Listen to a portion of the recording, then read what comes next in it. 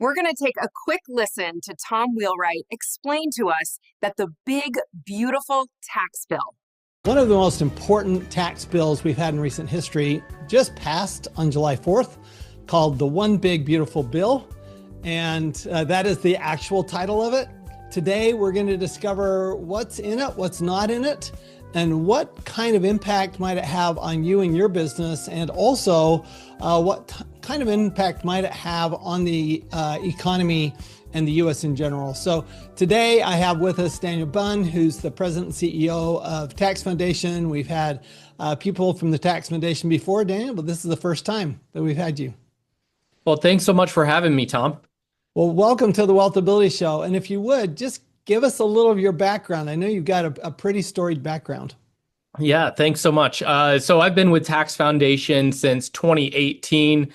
Before that, I worked on Capitol Hill for a number of years. I worked for Senator Tim Scott from South Carolina and Senator Mike Lee from Utah. And when the Tax Cuts and Jobs Act was passed back in 2017, I was working on what's called the Joint Economic Committee under Senator Mike Lee's leadership. When I joined Tax Foundation, my initial job was to organize an international research agenda for us. And then after my predecessor, Scott Hodge, stepped down in 2022, I was able to get the CEO job, and it's been a lot of fun. It was a great organization. That's awesome. We've had Scott on the show, on the WealthAbility Show before. So just let's start with kind of a big picture of the One Big Beautiful Bill, or OB as we like to call it. I wish we could just have a beautiful one big bill, so it was Bob, but it is what it is. And there's some really nice things in here. There's some things I know that maybe you're not as big a fan of. So the biggest things that it accomplished was permanency for a lot of households and businesses. Permanency on rates and brackets with inflation adjustments. So that's important to avoid real bracket creep. And then So let's start with those. Let's start with the good policies. Then we'll go to some of the maybe not quite as good policies. What are, in your mind, maybe top three best from a policy standpoint? Yeah, so I'd start on the individual side and say permanence for the rates and brackets and the larger standard deduction. You know, this Congress didn't reinvent the wheel on that. They basically took the template that was agreed to in 2017 and extended those rates, brackets, and standard deduction with some tweaks for some updates. But that's a really good start to provide taxpayers permanence for those provisions. The second big thing, and this is something Tax Foundation talks a lot about, is permanence for the provisions that impact capital investment decisions.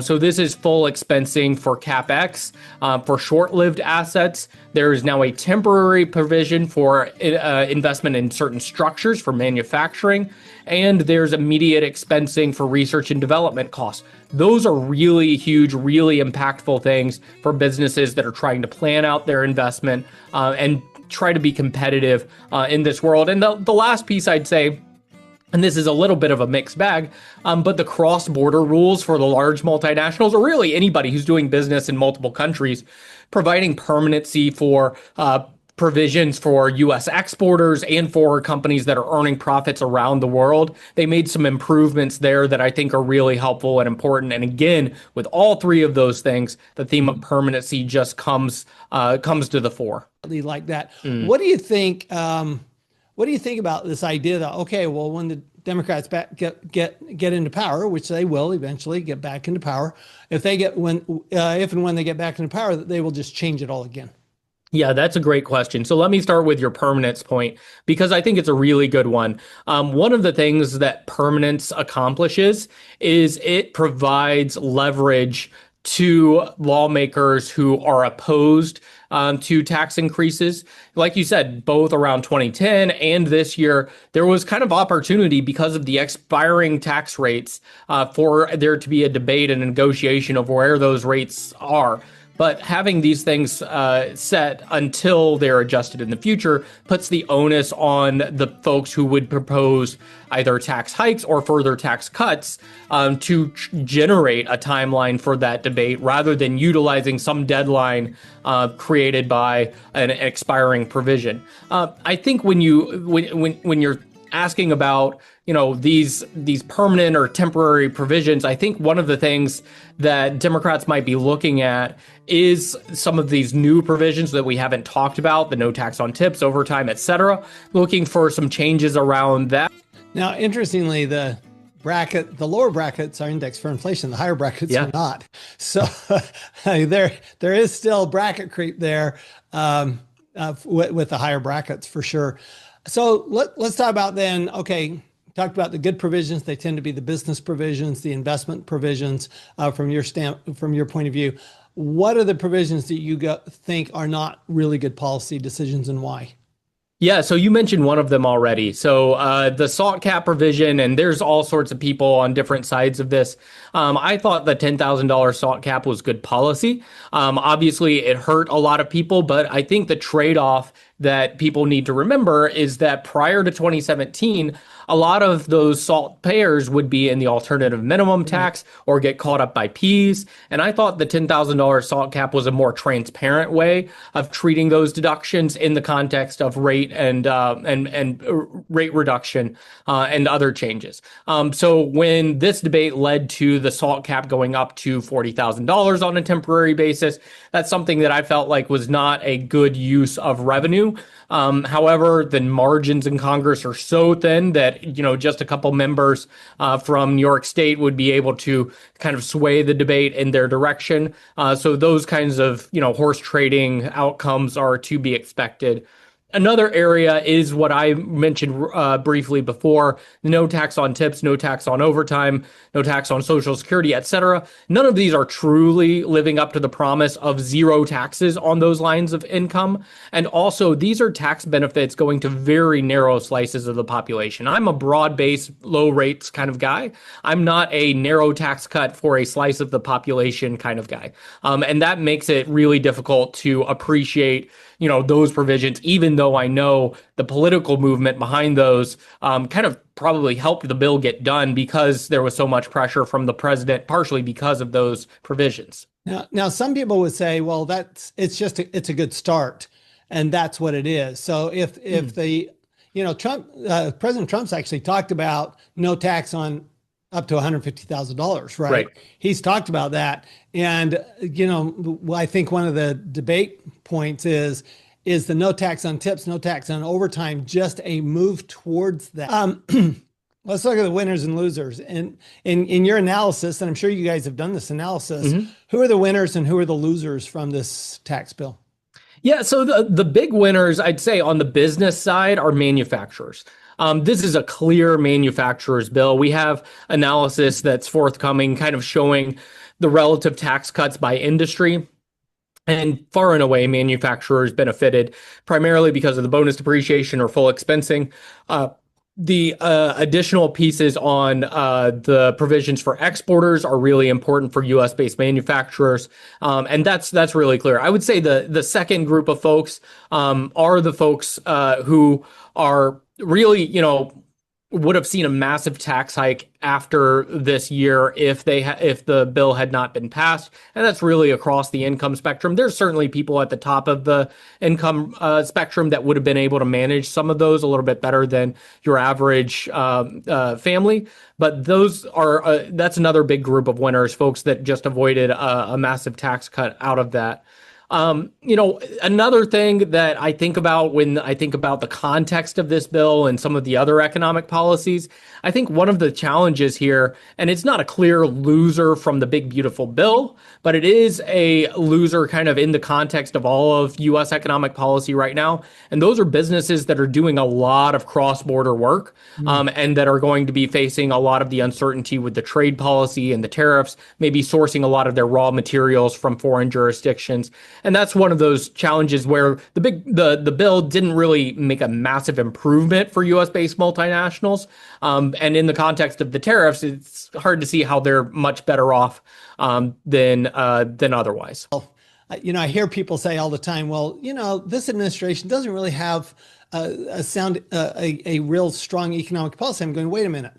You've got tariffs, which push manufacturing onshore, and then you have incentives, which push manufacturing onshore. So it seems to me like there's just this huge push to bringing manufacturing back to the U.S., which of course we've been pushing offshore for many, many years. We've basically created our own enemy in China, and we funded theirs to a large extent by pushing our manufacturing over to them and continually buying from them. So it seems like there's a pretty consistent theme here, and the theme is we need to bring manufacturing back to the U.S., which, whether you agree with it or not, that does seem to be the theme. So, for example, let's talk about this haircut on itemized deductions, particularly charitable contributions. Can you kind of walk us through really, I'm talking about the two haircuts, one on charitable contributions, but then the overall haircut on itemized deductions? Yeah. So the haircut on the itemized deductions is something that I think is really interesting, and we'll talk about that for sure. But on the charitable deduction side, there's two haircuts. There's one on the corporate side. I imagine you're thinking primarily of the one on the individual side. Let's talk about a benefit first. There's a new charitable deduction, an above the line charitable deduction of $1,000. For a lot of people, that's not going to be meaningful for their charitable giving. But there's also a new 0.5% floor for charitable giving. So until you get across that floor, you're not eligible to itemize those charitable deductions. So that's going to be really important for a lot of taxpayers.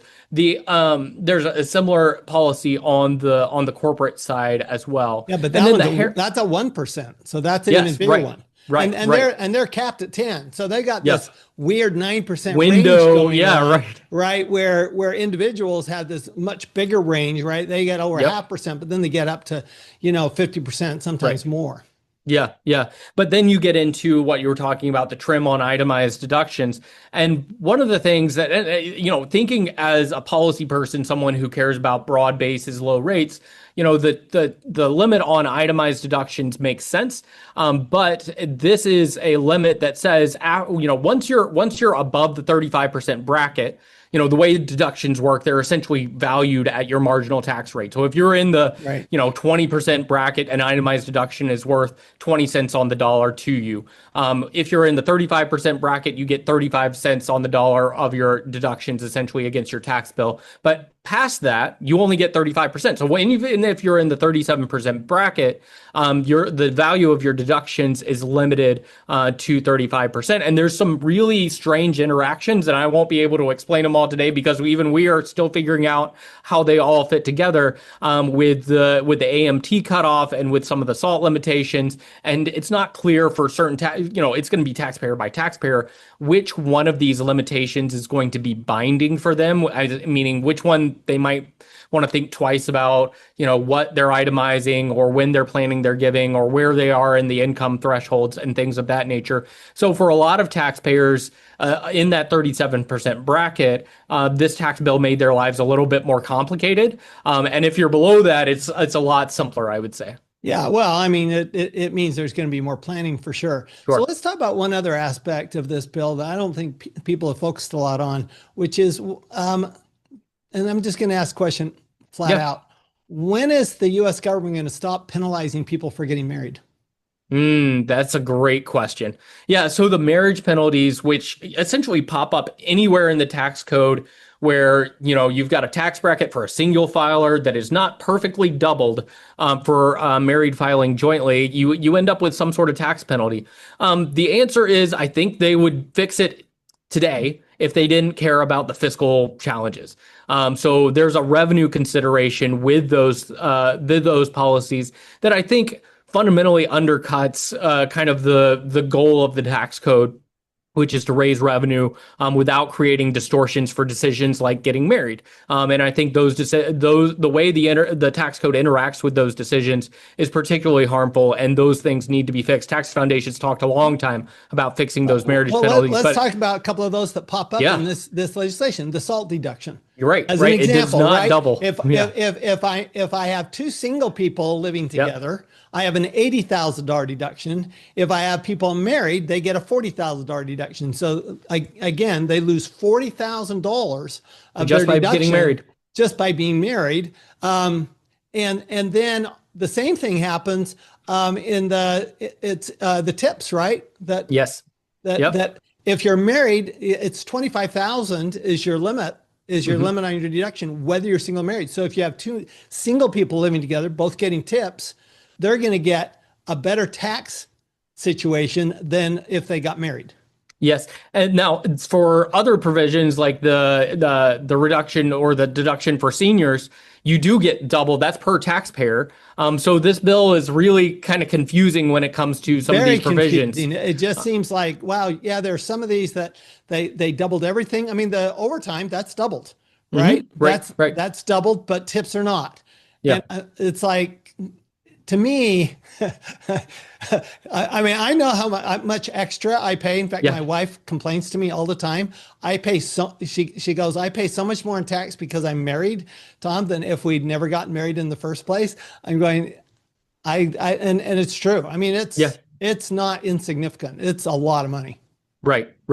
And policymakers at different points will pay lip service to this, but I have yet to see consistent from beginning to end a reform process that is focused on eliminating marriage penalties. But that's, again, I think one of the barriers to that is just the fiscal cost of eliminating some of these penalties. Like you said, there's significant tax payments, which means it could be a significant tax cut to eliminate some of these penalties. Let's talk about another segment of the economy while we're talking about segments of the economy. Let's talk about the service economy, because this bill was not friendly to service businesses like it was to the manufacturing side. Fortunately, it didn't end up punishing service businesses like the House bill had proposed. Significant punishment to services businesses by reducing the qualified business income deduction, and that didn't make it through. Thankfully, but why is that? Why do you think that administrations, and this isn't the first one, but why do you think administrations favor manufacturing over service industries when our biggest trade surplus is services? Sure. Yeah, that's a great question. I think one of the reasons that they that administrations have a bias toward manufacturing is one, there's kind of a general bias towards manufacturing because you see it. There's like a historical appreciation for the U.S. as a manufacturing powerhouse, and policies that support that or move back in that direction are generally favored. On the services side, I think there's a lot of concern, bipartisan concern from lawmakers about some of these service businesses. And in some cases it's valid, in some cases it's not valid at all. Concerned that they can be used as tax shelters for wealthy individuals. And so some of those policies or proposals that you see come out are essentially trying to figure out a way to get at some of those potential tax shelters. But in a lot of times, the policy design is just a dragnet. And that's what we saw in some of the provisions that were put forward. And then I think one of the other things that lawmakers are just trying to figure out is they want to support businesses. They want to support small businesses. But they, again, going back to my earlier point, they don't want to have a massive increase in the deficit or debt. And so they're making these trade-offs. They're trying to think, okay, in the context of this one set of provisions, how do I decrease taxes here and increase taxes there? And sometimes that tug and pull results in really strange outcomes. And there are some really good provisions in this bill. I certainly think the bonus depreciation is probably the best. That and the R&D, research and development expensing, probably to me the two best provisions. I like they made the qualified business income deduction for small businesses permanent.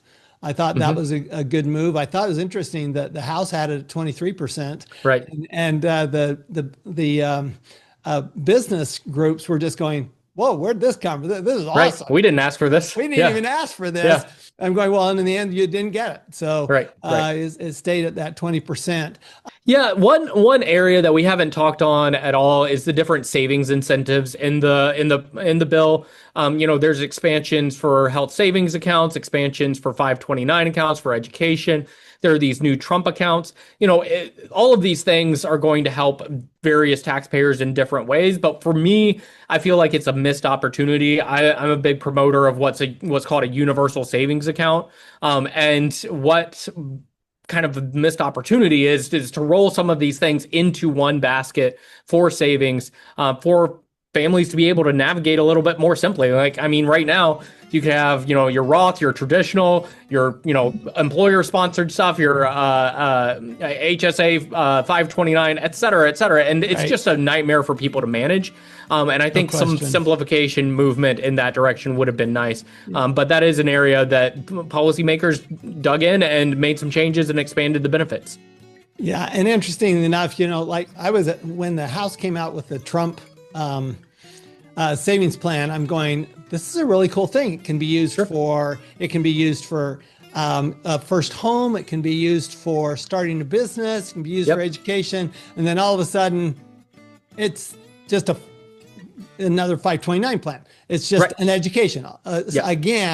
Again, in my mind, the lobbyists from the big universities must have had an impact here, because all of a sudden it went from starting a business or purchasing a home to solely being for education. And then rolling over into a traditional IRA after that. Account. And I'm just going, they just decimated. To me, the Trump accounts are practically worthless, just because, take your $1,000 from the government. But the way they just eviscerated the original intent of that bill when it got to the Senate. So clearly senators had a different set of priorities than the other. But I think you're right. I think it would be great to have just kind of more of a universal savings plan. Well, for example, in Canada, I like their RSP because there's no penalties for pulling the money out. It's taxed, but there's not a penalty. And I'm going, why do we penalize people for pulling they're doing it anyway.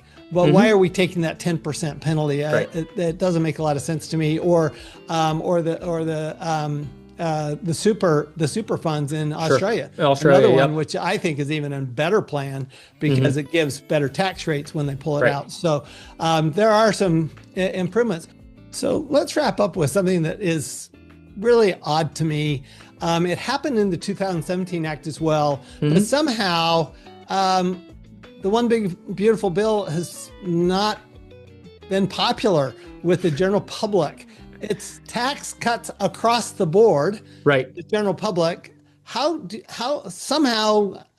the Republicans messed this up so that it's not a popular bill? Yeah, that's a great question. So I think one thing, and we did some polling on this earlier this year, one of the things that Republicans had to deal with was the fact that for most of Americans, this bill is not going to be a net tax cut. It's going to extend what they currently face, and it would have been incredibly unpopular for them to just allow the tax cuts to expire, the 2017 tax cuts to expire, but they get almost no political benefit for kind of maintaining status quo. So that means when they're looking for a popularity contest, they're trying to sell the no tax on tips, Social Security, or no tax on overtime, and that's a really pretty narrow slice of the population. So unless you're an owner of a pass-through business and you know how serious it could have been if your 20% deduction expired, it's hard for normal people to kind of really appreciate the value of what Congress did. And certainly they see the top line number on debt and deficits, and they're like, well, that doesn't seem very responsible. I mean, this is, mortgaging our future in some respects. And then additionally, I think one of the things that Republicans always have a challenge with in the media landscape and with the political opposition is the changes to Medicaid and SNAP. And I think on net, there's a lot of really good programmatic changes in Medicaid and SNAP. But it's always going to be the case that the criticism of those changes is that you're hurting programs that are meant for poor people. And that's a really, really big challenge politically and for messaging wise, even though it's the case that they're trying to target those programs more effectively at the people who really need the benefits. They're still met with significant opposition in the media landscape. And that's a real challenge. So they're not really giving the vast majority of Americans an additional tax cut. They're just keeping things as status quo. And then these other pressure points aren't really, to their benefit on the popularity contest. Yeah, it does seem to me like you could say, well, let's look what would have happened if the Democrats had gotten their way and Sure. this bill hadn't passed, and you'd all have a big tax increase, and here's how much it would be. I think that's the most effective message they can have. Yes. To me, I don't quite understand the messaging, but with that, awesome. So one thing that I hope everybody's gotten out of this is that tax planning is actually going to become more important. You have to run the numbers, because if you look at things like you've got a haircut on charitable deductions, right? You've got this floor, maybe you need to bunch it. The Trump accounts, actually the money comes out as capital gains. Well, first, the capital gains has a 0 rate to begin with. So there might be some opportunities there. So all of these things require some planning. And but we have to understand these issues before we can plan for them. When we do plan for them, of course, we'll always make way more money and pay way less tax. We'll see y'all next time on the WealthAbility Show. And this is precisely why FFS Wealth Advisors are here to help you navigate your financial future with confidence. Tax planning can seem complicated, but it's a vital part of your financial well-being. At FFS Wealth Advisors, we're here to help you navigate the complexities and begin reducing your taxes legally. FFS Leadership and Business Development and FFS Wealth Advisors are divisions of Family Financial Strategies, Inc., and have been helping entrepreneurs and communities for over 25 years.